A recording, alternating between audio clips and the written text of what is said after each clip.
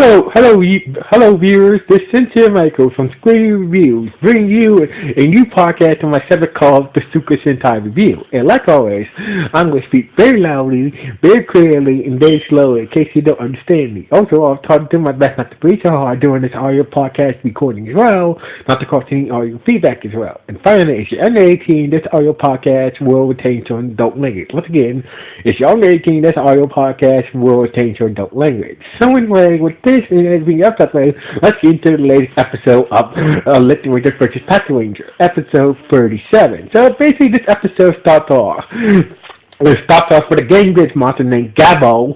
Gabo, he was attacking people in the city square, along with some gangrene foot soldiers. So anyway, the Lupinranger showed up on the scene first and started to do their started to do their poses, the catchphrase poses and whatnot, and started to attack Gabo and the foot soldiers. Then a few minutes later, the Patranger showed up and joined them and basically help the Lupinrangers roll. Basically, take out the the gang with foot soldiers that was helping Gabo. Gabo. So anyway, alright, so basically Gabo.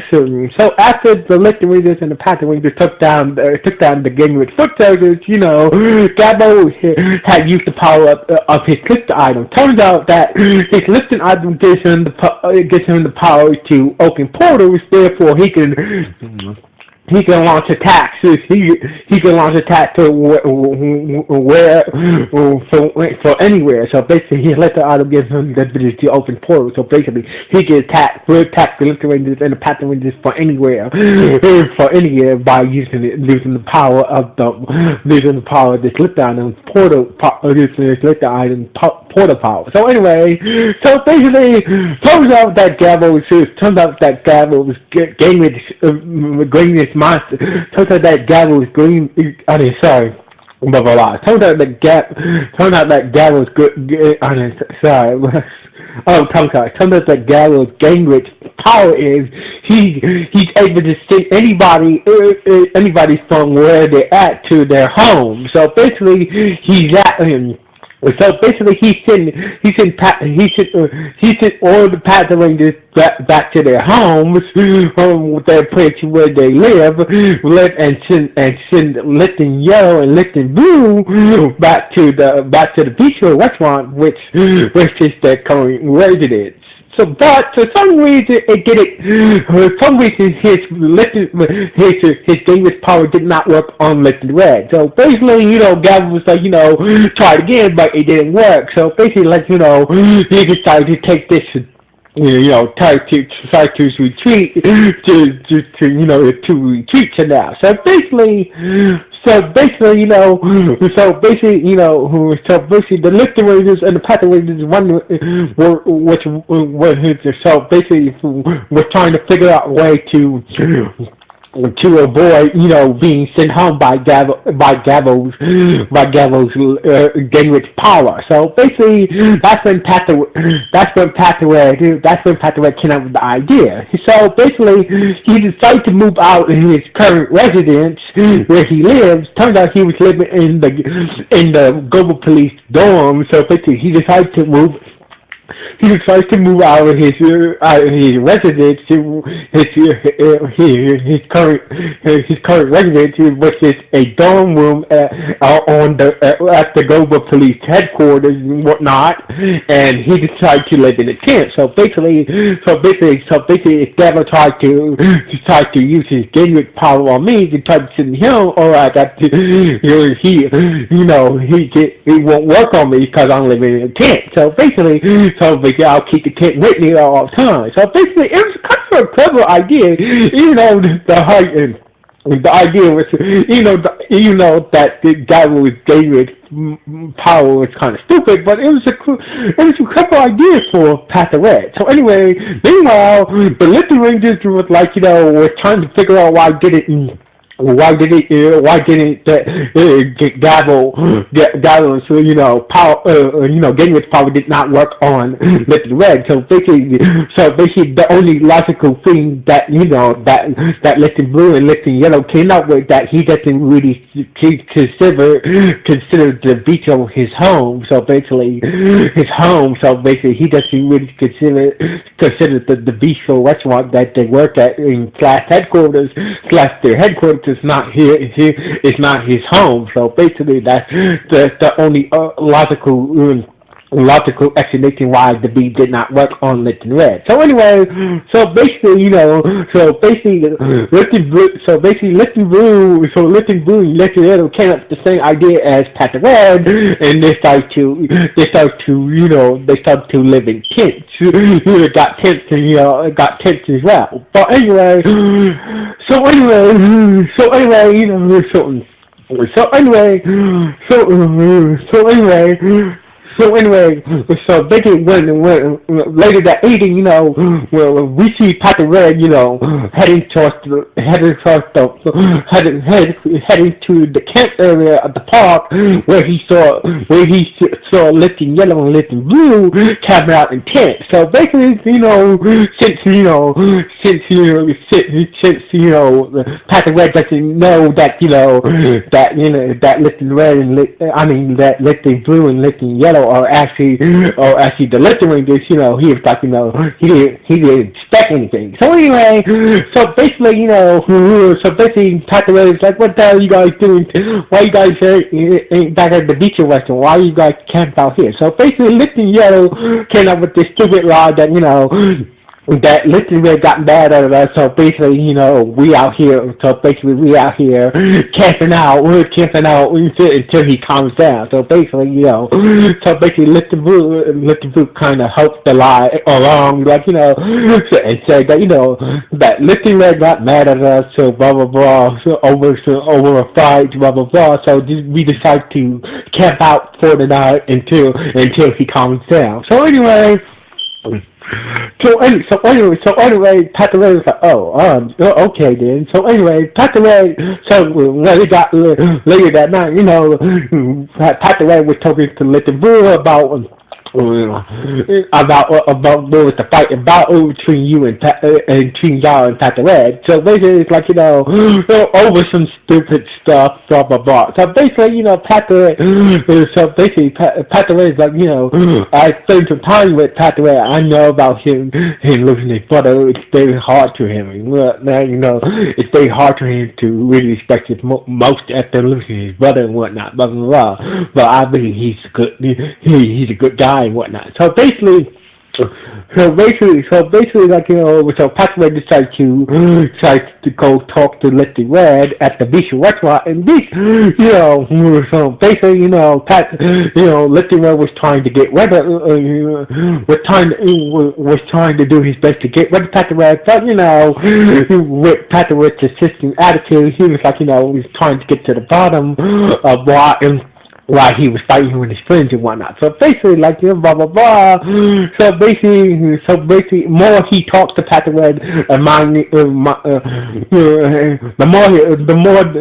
more that Little Red talked to Patrick Red, it reminds him how he kept having flashbacks to how he was an asshole to his brother. So basically, the more that Little Red talked to Patrick Red, it reminds him how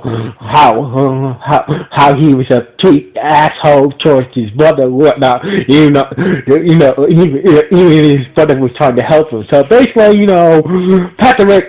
So basically, Little Red told Patrick Red, you can set your kid up tonight at the beach of Russia, but you need to be gone in the morning and just walk away. So basically, like, Patrick Red figured that he maybe came on a bit strong and whatnot, blah, blah, blah. So anyway, the next day at the Gold Police Headquarters, Ranger expressed concern that, since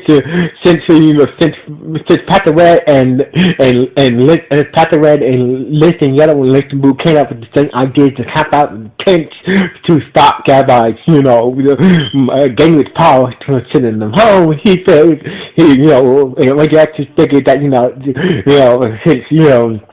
since Patranger and Listen Yellow and Listen Blue started to camp out in tents in order to stop Gabbo's lifting powers to send him home. He figured that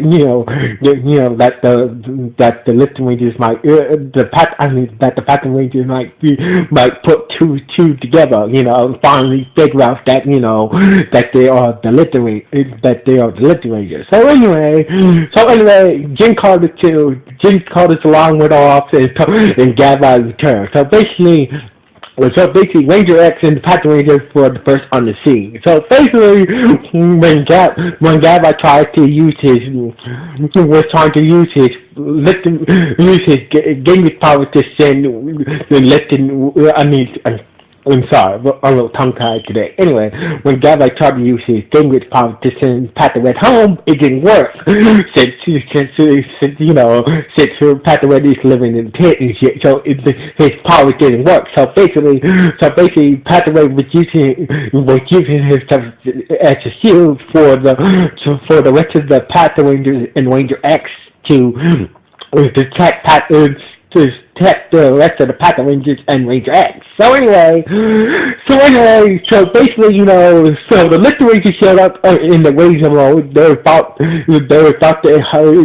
engage Scabba, but Ranger X told them to fall back and let the Patrangers and him handle it. So basically, Ranger X walked into his Lifting Ranger form and worked together with them.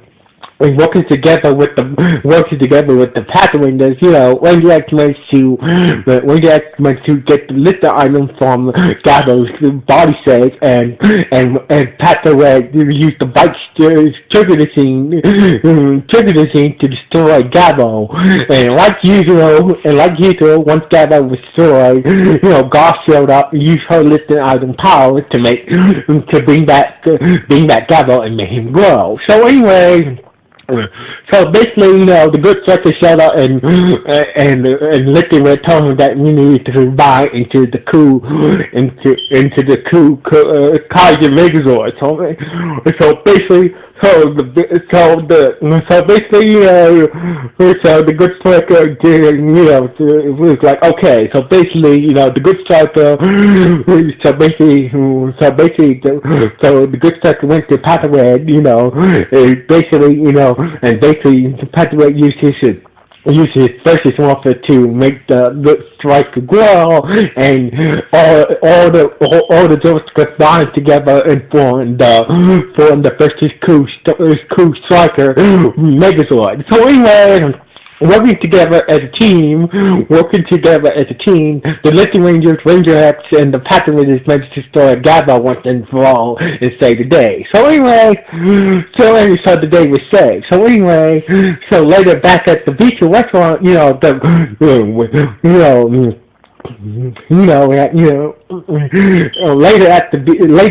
that day at the beach restaurant, the Patrangers and Ranger X came for lunch.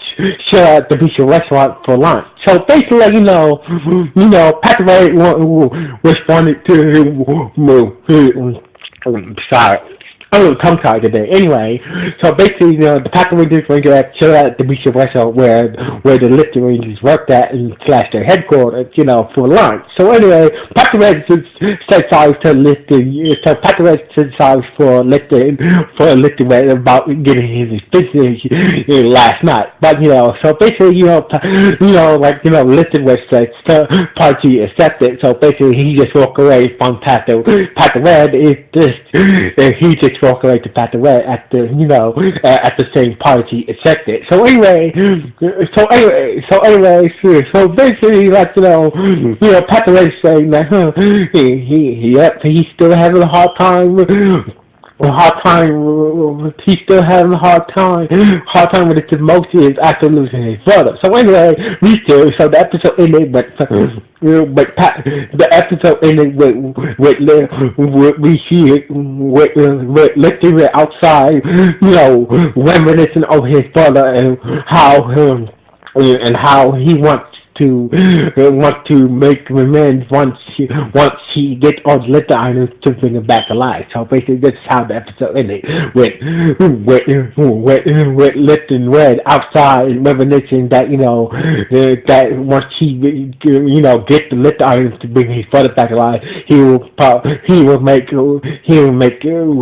reparation to treat his brother better once he brings his brother back to life with the power of the litter items. And this is how the episode ended. So anyway, this episode was not bad. So basically, this was an okay episode. So anyway, like always, it's Sincere Michael from Screen Reviews. Sign off. 1,